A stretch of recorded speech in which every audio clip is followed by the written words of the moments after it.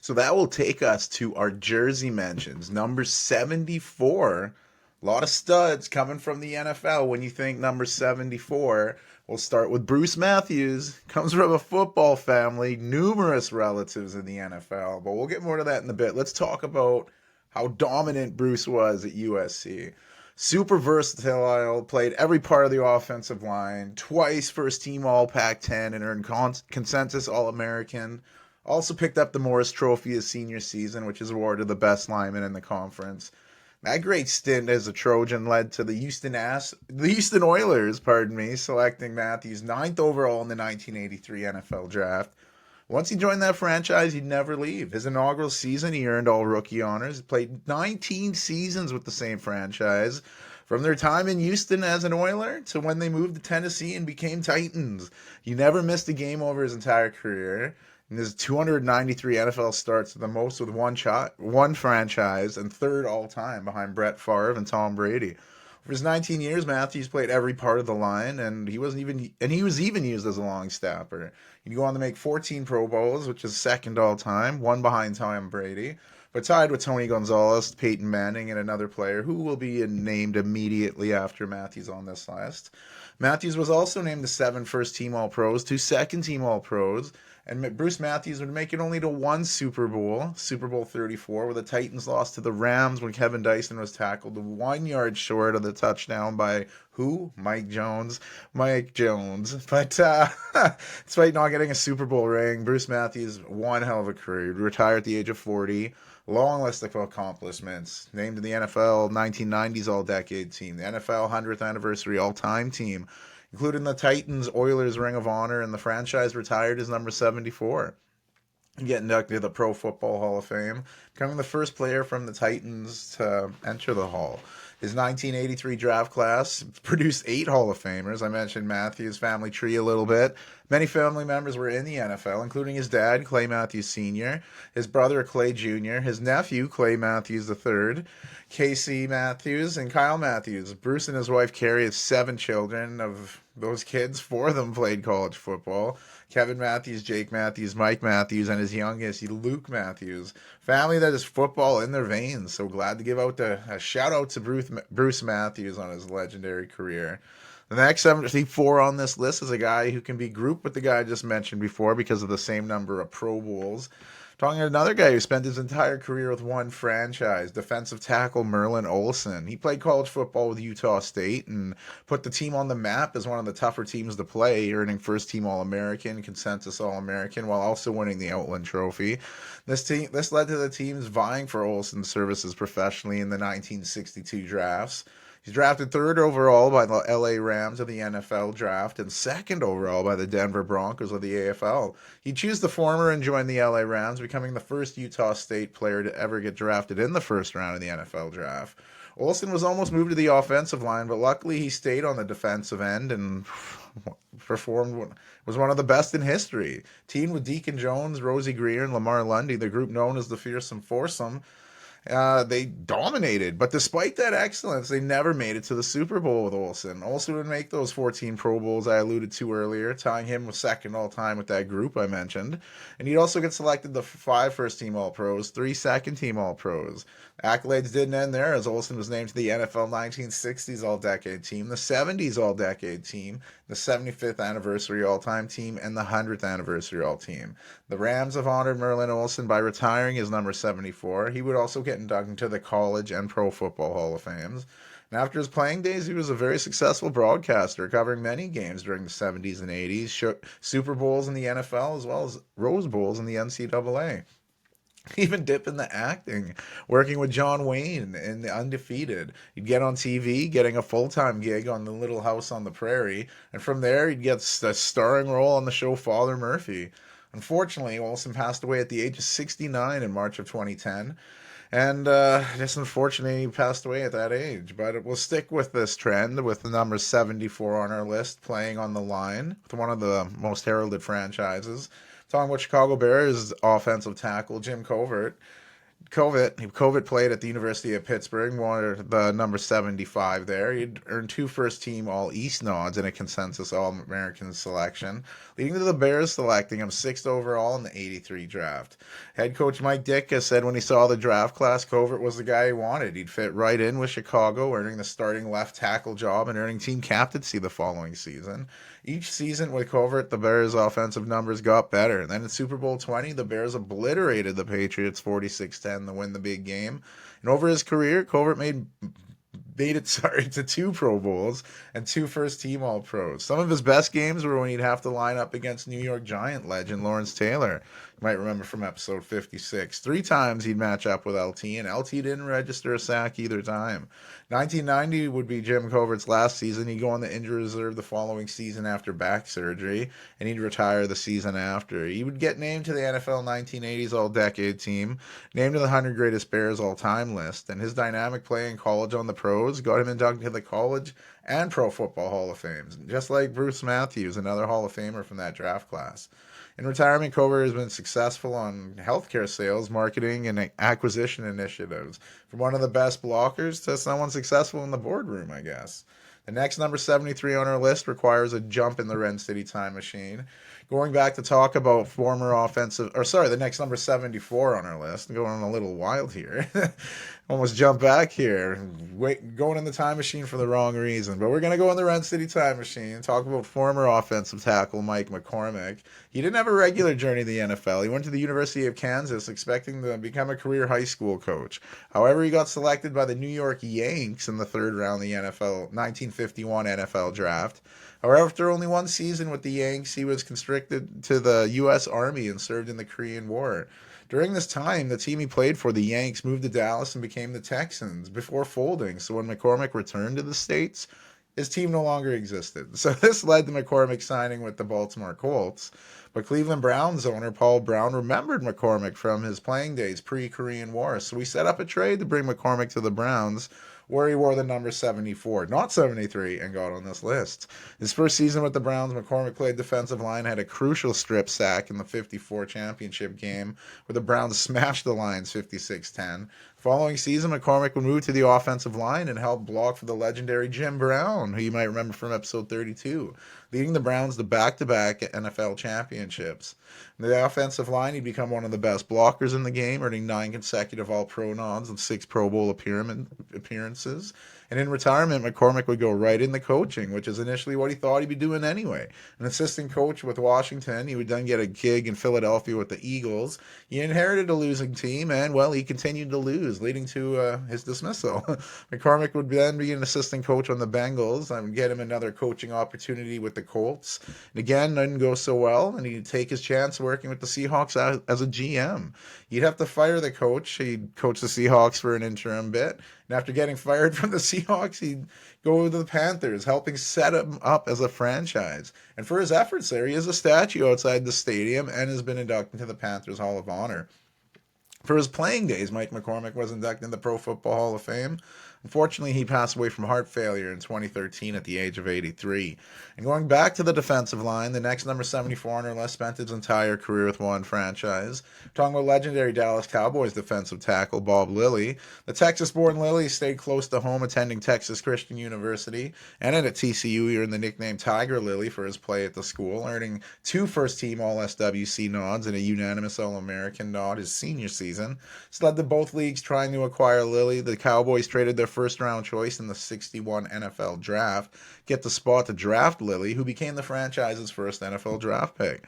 Lilly was also drafted in the 2nd round in the 1961 AFL draft by the Dallas Texans, who became the Kansas City Chiefs, but Lilly stuck with the Cowboys. A great move for Lilly, as he spent the entirety of his 14 seasons with the Cowboys, putting up big numbers.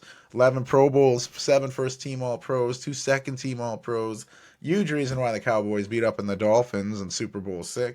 Lilly was named to the NFL 1960s All-Decade Team, 1970s All-Decade Team, NFL 75th and 100th Anniversary All-Time Team, Lily's number 74 hasn't officially been retired by the Cowboys, but it has not been reissued to anybody outside of preseason play.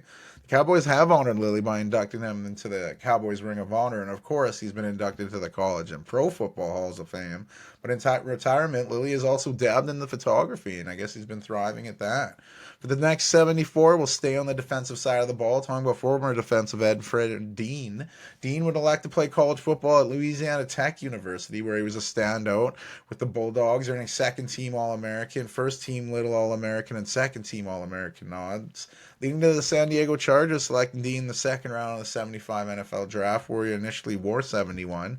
He'd combat the talks of making him a linebacker to stay on the defensive line, and the move worked out great. He had a knack for getting to the quarterback. He formed a group with Gary Big Hands Johnson, that's a cool nickname, Louis Kelcher, and Leroy Jones, which was known as the Bruise Brothers. Despite making 2 Pro Bowls and getting a first-team All-Pro nod, he felt he wasn't getting paid what his peers were getting. This led to the Chargers trading Dean to the 49ers mid-season. The move was huge for the 49ers, not so much for the Chargers, as in a 2013 article, they said trading Dean was perhaps the biggest blunder in franchise history. Dean would don the 74 in San Fran, and he was the missing piece for a championship. The 49ers wound up beating the Bengals in Super Bowl 16. Dean would earn another first-team All-Pro, Pro Bowl, and NFC Defensive Player of the Year. He'd make one more Pro Bowl with the 49ers and was a big part of the Super Bowl 19 winning team that beat the Dolphins. The second one seems sweeter, as he had former Charger teammate Big Hands Johnson, Louis Kelcher, and Billy Shields with him on the 49ers when they won it.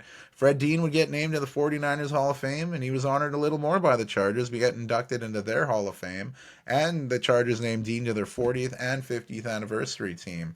His alma mater also inducted him into the Hall of Fame at Louisiana Tech, and for his dominant play, he's been inducted into the College and Pro Football Hall of Fame. Sadly, Fred Dean would pass away from COVID-19 while being airlifted from a hospital in Louisiana to Mississippi in 2020. He was only 68 years old. Fred Dean has also won at least 345 NFL players to be diagnosed with death after CTE. A very underrated pass rusher in the history of the NFL, who has recorded 6 sacks in a game, which is a shared tie for second place with 4 players, and one behind Derek Thomas from episode 58, who had 7 sacks in a game for the Chiefs. Staying with the defense, next 74 on our list, and initially start with that number, defensive tackle Henry Jordan, born in Wisconsin, but would choose to play college football at the University of Virginia, become the captain of the team his senior season, All-American wrestler, and in 1957 he was the ACC champion and NCAA runner-up in wrestling. His college play led to the Browns selecting him in the 5th round in the NFL draft. He didn't play much there. Once he was traded to the Packers and took the number 74, his career really took off. Playing under coach Vince Lombardi, Jordan would make 4 Pro Bowls, 7 All-Pro teams, and he was a member of 5 NFL championships in Green Bay, and a part of the first 2 Super Bowl wins, winning Super Bowl I over the Chiefs and Super Bowl II over the Raiders. After retirement, Jordan would get inducted into the Virginia Sports Hall of Fame and as well as the Green Bay Packers Hall of Fame. Unfortunately, while jogging in 1977, Jordan would suffer a heart attack and pass away at the age of 42. 28 years later, posthumously, Henry Jordan would get inducted into the Pro Football Hall of Fame, one of the great Packers in their illustrious history. For our next 74 on the gridiron, we go back to the offensive line, talk about former offensive tackle Ron Mix. Mix was a Jewish fella growing up in California, and he'd get a football scholarship to play at USC. He would also end up getting a University of San Diego law school in the offseason that earned a Uri doctor degree, basically a doctor of law. This earned him the nickname the Intellectual Assassin. And after his college days, Mix would get drafted by both leagues in the 1968 drafts. The NFL's Baltimore Colts selected him 10th overall, while he's drafted even higher by the Boston Patriots in the AFL.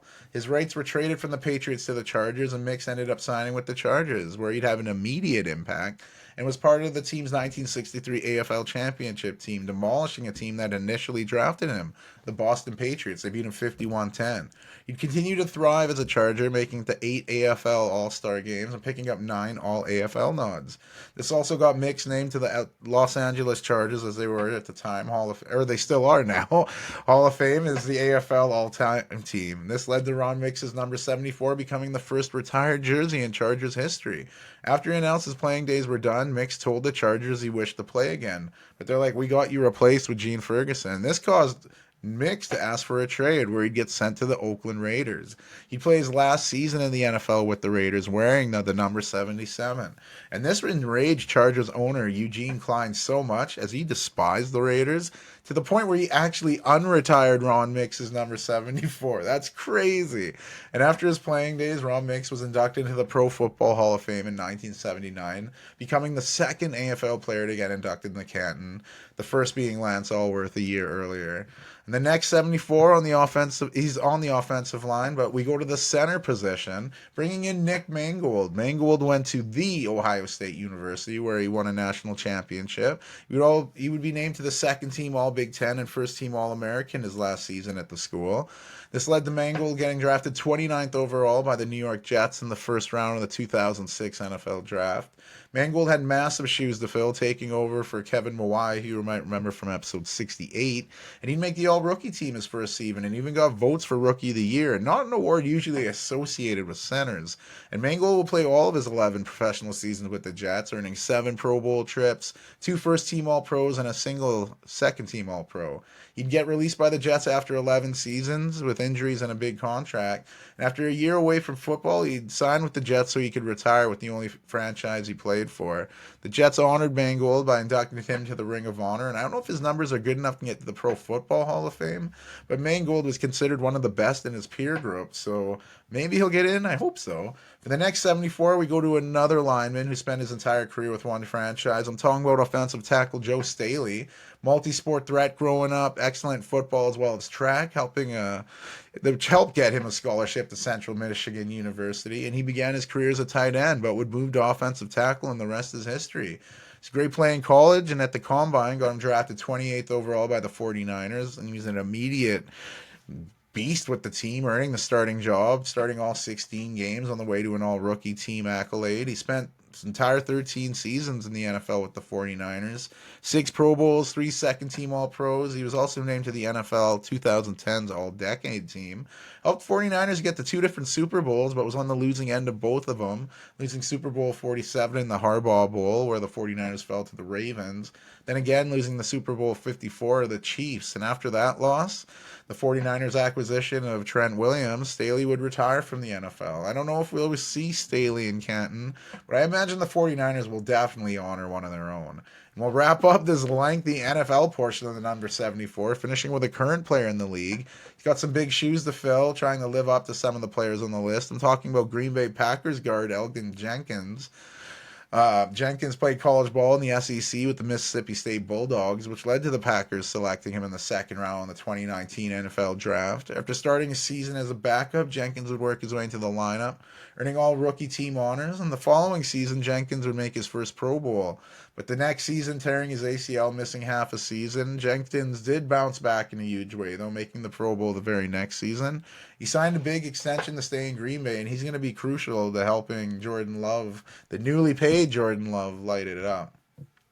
But after talking about so many great players in the NFL that donned the 74, we head to the baseball diamond, where our first mention is Curacao-born right-handed pitcher Kenley Jansen. He grew up playing baseball and would sign as an undrafted free agent with the LA Dodgers. They signed Jansen as a catcher, and after some time in the minor leagues, the Dodgers convinced Jansen to try pitching because his hitting wasn't up to snub. And almost 6 years after getting signed with the Dodgers, Jansen would make his major league debut in a relief role. The next day, Jansen picked up his first MLB save. After a few seasons as a reliever, he'd take the closing role, and by the end of the season, he was dealing with some heart issues, which opened up the door for Brandon League to take the closing spot. The following season, League struggled, and Jansen would get that job back, and after getting the gig, he did not let it go. 3 All-Star games with the Dodgers, picking up some hardware as well, NL Reliever of the Year in back-to-back season, also leading the NL in saves, and the latter of those Reliever of the Year awards, Jansen was also on the losing end of 2 World Series appearances, losing in 7 games to the Astros in 2017, and losing the very next season in 2018 to the Red Sox in 5. Finally, in 2020, Jansen would help the Los Angeles Dodgers beat the Rays in 6 games to win the World Series. And although he didn't always look sharp, in Game 4 of that series, Jansen would blow his 4th career World Series save, becoming the first MLB pitcher to do such a feat. Not something you want to be known for. And after one more season in LA, Jansen would leave in free agency to join the Atlanta Braves. His lone season with the Braves, Jansen led the NL in saves for the second time in his career. And after that season, Jansen would leave the National League, join the American League's Boston Red Sox. And in his first season there, he'd make his fourth All-Star game, becoming just the seventh pitcher in MLB history to surpass 400 saves. And currently, Jansen sits fourth on the all-time saves list, one ahead of we're a little ahead of Craig Kimbrell. Both players are going to have to a way to go to catch Mariano Rivera and Trevor Hoffman, but there's a chance that either of them could maybe perhaps catch number three, Lee Smith. He has 478 saves, but for this year, Jansen's eyes are on trying to get the Red Sox into the postseason, back into the World Series. The next 74 on our list, another reliever, Josh Winder, right-handed pitcher of the Minnesota Twins. The Virginia-born Winder would play college baseball with the Virginia Military Institute, where while at VMI, the Minnesota Twins would draft him in the seventh round of the 2018 draft. He wouldn't get to play in the minor leagues after the cancellation of the COVID season, but once he returned, he'd have some great starts and was added to the 40-man roster rule to protect him mostly from the Rule 5 draft. And in 2022, he'd make the Twins opening day roster, making his MLB debut against the Dodgers. Winder had a pretty productive season out of the bullpen. However, Winder started his season on the 60-day injured list as part of a stress fracture. A few months ago, he was activated and he's been optioned to AAA. He's been called up with the Twins and he's made a few appearances, hoping to find his groove and help the Twins try to steal the AL Central. The final MLB mention on our list, the San Francisco Giants right-handed pitcher Ryan Walker. He'd played college ball at Washington State University, when his play there led to the Giants selecting him in the 31st round of the 2018 draft. He'd work on his game in the minor leagues, but missed out on the COVID season, and he'd return to the minor leagues to improve his game even more, earning a spot on the Giants roster and was promoted to the big show for the first time. He made his first MLB appearance against the Marlins, and now he's a regular reliever for the Giants, as they've been struggling, but they're hoping to get into the playoffs in a wild card, it looks like. We'll go to hockey for our number 74 mentions, starting with goaltender who just signed a big deal to stay with his team. I'm talking about Nashville Predators starting goaltender Juuse Saros. The Finnish goaltender spent his youth playing hockey in Finland. Predators selected Saros in the fourth round of the 2013 NHL draft. After joining the Predators organization, he'd go down to the AHL affiliate, the Milwaukee Admirals, where he had immediate success, making the AHL All-Star game. He would join the Preds full-time after Pekka Rinne picked up an injury, and after a few seasons of battling it out with the Finnish keepers, Rinne would announce his retirement, and Saros would get the starting job for good. He's now made back-to-back All-Star games and earning that big contract I was mentioning. The way Saros is trending, I could see a future Vezina maybe in his cards. He's also represented Finland internationally, winning a gold at the World Juniors, and he's won 2 silvers at the World Championships. A great goaltender who I see obviously sticking with Nashville for a bit. Sticking with goaltenders, next number 74 on our list, another good one who helped guide Edmonton to the Stanley Cup final last year. I'm talking about Stuart Skinner. He was born and raised in Edmonton, Alberta, playing junior hockey in the WHL with the Lethbridge Hurricanes and Swift Current Broncos. During his time in Medicine Hat, he scored an empty netter, becoming the first goaltender in franchise history to do so, and just a seventh in the WHL. This play led to the Oilers selecting Skinner in the third round of the 2017 draft. Skinner would spend a few years in the minor leagues before getting the call up for one game, and he was on the winning end of an 8-5 game against Ottawa. He'd go back to the AHL playing with the Bakersfield Condors. The next season, he'd jump back and forth before getting called up and having his first career NHL shutout. When the following season ended, Mikko Koskinen left town and Mike Smith was dealing with an injury, so Stuart Skinner is expected to be a backup for the newly signed Jack Campbell. But the combination of great play of Skinner and lackluster play of Campbell led to the inevitable. Skinner took the job and never looked back, even being a finalist for the Calder Memorial Trophy, but lost out to Matty Beniers. He did make his All-Star game that year, though, and Skinner is still the starting goaltender in his hometown. There'll be tons of pressure for the Oilers to get back to the Stanley Cup to try to win it next year. Going to a free agent that signed a big deal this offseason, it also happens to be from Edmonton, Alberta. None other than the newly signed Vancouver Canuck, Jake DeBrusk. He played in the WHL with the Swift Current Broncos before getting traded to the Red Deer Rebels. And with the Rebels, he played in the 2016 Memorial Cup, but he was eliminated by the Rouyn-Noranda Huskies in the semis. His play in Red Deer led to the Bruins selecting DeBrusk 14th overall in the 2015 draft, and he'd play in the AHL with the Providence Bruins before getting the call up to the NHL in the next season. DeBrusk was a beast out of the gates and lit it up in his first NHL appearance. In the following season's playoffs, DeBrusk and the Bruins would get to the Stanley Cup Finals, and despite DeBrusk's great play, the Bruins would lose to the St. Louis Blues in 6. And more disappointment for DeBrusk is his productivity would dip a bit, and he'd request a trade out of Boston. He'd start to play a little better and rescinded that request. However, his play dipped again, and last year in Boston, he did not live up to his regular scoring. So after 7 seasons with the Bruins, DeBrusk has signed a 7-year deal to join the Vancouver Canucks, and we'll see how the next chapter of DeBrusk's career go. Might as well talk about another 74 that signed a big deal this offseason. Carolina Hurricanes defenseman Jakub Slavin. The American-born Slavin played minor league hockey in Colorado, leading to the Hurricanes select him in the 4th round in the 2012 NHL draft. However, Slavin committed to the Colorado College to play NCAA hockey with the Tigers ice hockey team, and he lit it up, earning NCHC Rookie of the Year and was a member of the All-Rookie team. The following season, he'd make All-Conference first team, and after his sophomore season, he'd sign a 3-year deal to join the Hurricanes, foregoing the rest of his collegiate career, and he'd start off with the Hurricanes AHL affiliate, the Charlotte Checkers. He played well enough to get the call-up. He's been nothing but consistent since joining the Hurricanes. He's made one All-Star game in his short career and also won the Lady Byng Memorial twice, including picking the award up last year. That is the award awarded to the player or judge to having exhibited the best type of sportsmanship and gentlemanly conduct, combined with a high standard of playing ability. Fits Jakub Slavin to a T, and I see him living up to this contract. I think the Hurricanes kept a good one there. And we'll wrap up the NHL 74 mentions with another defenseman, John Carlson of the Washington Capitals. The Massachusetts-born Carlson would play in the USHL, which got him drafted 27th overall by the Capitals, the 2008 NHL draft. He was originally committed to play college hockey at the University of Mass, but signed with the London Knights of the OHL, where he lighted up, earning the numerous accolades with the Knights. Made his professional debut with the AHL Capitals affiliate, the Hershey Bears, helping the Bears become the 2009 Calder Cup champions. Carlson would get a lot more minutes with the Capitals and even scores for his first NHL playoff goal later that year.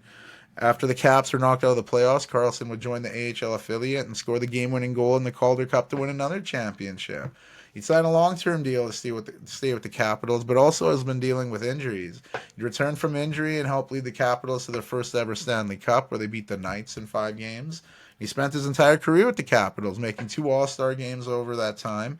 And last season, he played his 1,000th NHL game, becoming just the 3rd player and first defenseman to play all of them with the Capitals. John Carlson has also represented the USA at the international level, winning a gold medal at the 2010 World Juniors. And the 34-year-old's looking for a bounce-back season with the Caps next season.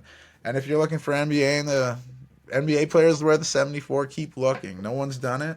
So if you're an up-and-coming NBA player and you want to make a name for yourself with the number and get on a list like this, wear the 74.